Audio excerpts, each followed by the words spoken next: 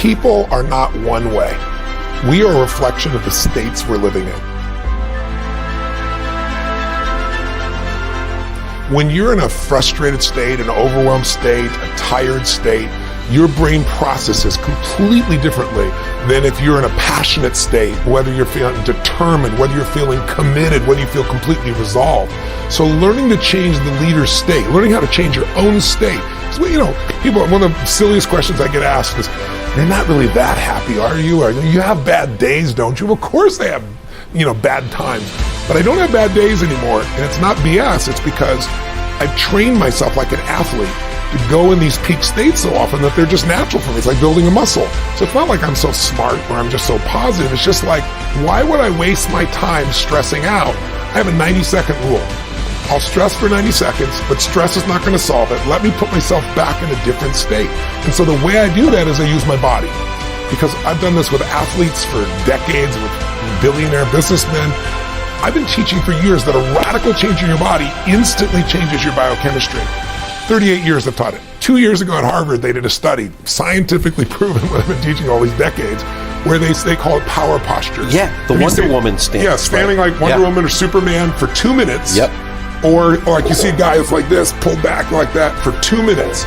Literally increases your testosterone in your biochemistry within 2 minutes by 20%. It drops cortisol by 18%, which is the stress hormone, and increases your chance of taking a more risky behavior, which is what's required of a leader, by 33%. 2 minutes. Now that's just standing a certain way. I show people use their voice, their body, their movement, which is 10 times more dynamic than just a stiff stance. And when you change your state, your mental emotional state, you change your performance. There are people that are born and upbred, maybe born with more certainty, like people are willing to take more risks. There certainly are people of that nature. But anyone can be a leader in something that they decide to become masterful in. You can be the leader of your own life. Everyone should lead their own life. You should be the leader of your family. And so I think everyone can be a leader, but there are different types and different styles of leadership. And I believe that leadership is a skill. It starts with having something that you're committed to that's larger than yourself, a vision that's bigger than yourself. If there's a large enough vision, if you have enough passion for that vision, then you're going to have enough drive to actually start to execute. And then leadership is the capacity to discipline your disappointment, because you're going to have to go through failures, and instead of making failures, you have to learn from those. And then it comes down to the skill of influence once again. And so anyone can learn, anyone can develop a vision, anyone can uncover their passion, anyone can learn to influence. That's a skill that can be learned. So yes, leadership can be taught and leadership can be learned. Can everyone be a leader? The answer is yes, because there's so many different things to lead in, and it's not a situation like you have to follow me for you to lead. I just have to know what it is I truly stand for. So I always say there are two things that influence everyone. If you want to be a leader, you have to know how to change other people's states.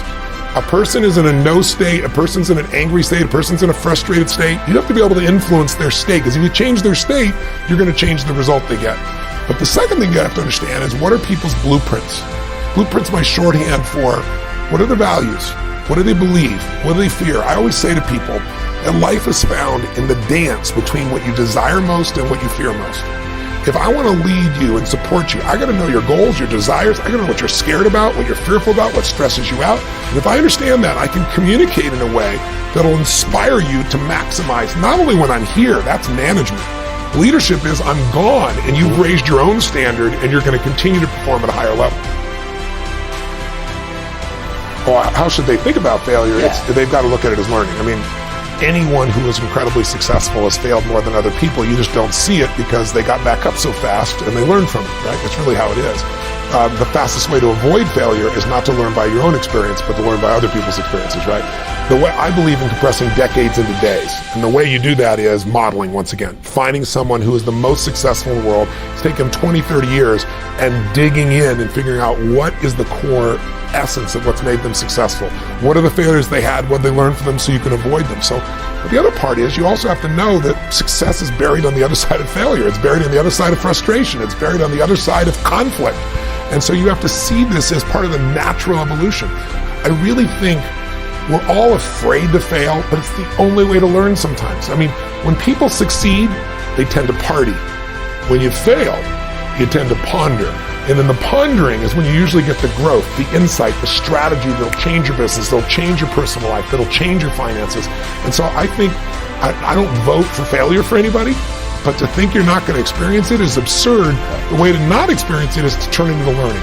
The person that can go through failure like butter and it doesn't stop them, they just change their approach, how long will you give your average child to learn how to walk? Before you shut them off and said you're not a walker.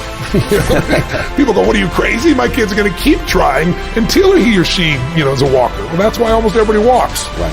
But singing, how many people sing? Small amount. If someone says, what's that noise you're making? Stop that. You're not a singer. Well, once you decide that, you stop trying. Failure is only when you permanently give up. If you learn anything and you apply what you've learned, failure is a stepping stone.